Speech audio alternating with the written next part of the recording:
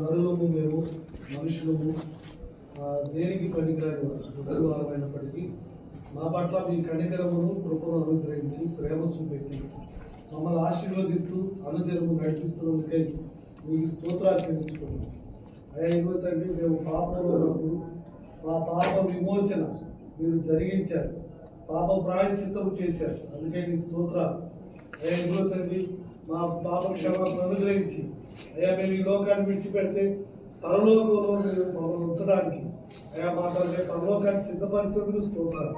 అయ్యా ఇదిగో తండ్రి, అలాగే భూమి మీద ఉన్నంతకాలం మేము ఆయన్ని స్తుతించడానికి, ఈ సన్నిధిలో ప్రార్థన చేయడానికి మాకు ఒక స్థలం ఇచ్చి ఇదిగో ఈ స్థలంలో ప్రార్థన చేసుకోవడానికి మీరు ఇచ్చినటువంటి ఈ స్థలమును బట్టి అయ్యా ఇక కట్టడాన్ని బట్టి మీరు స్తుతిస్తాము.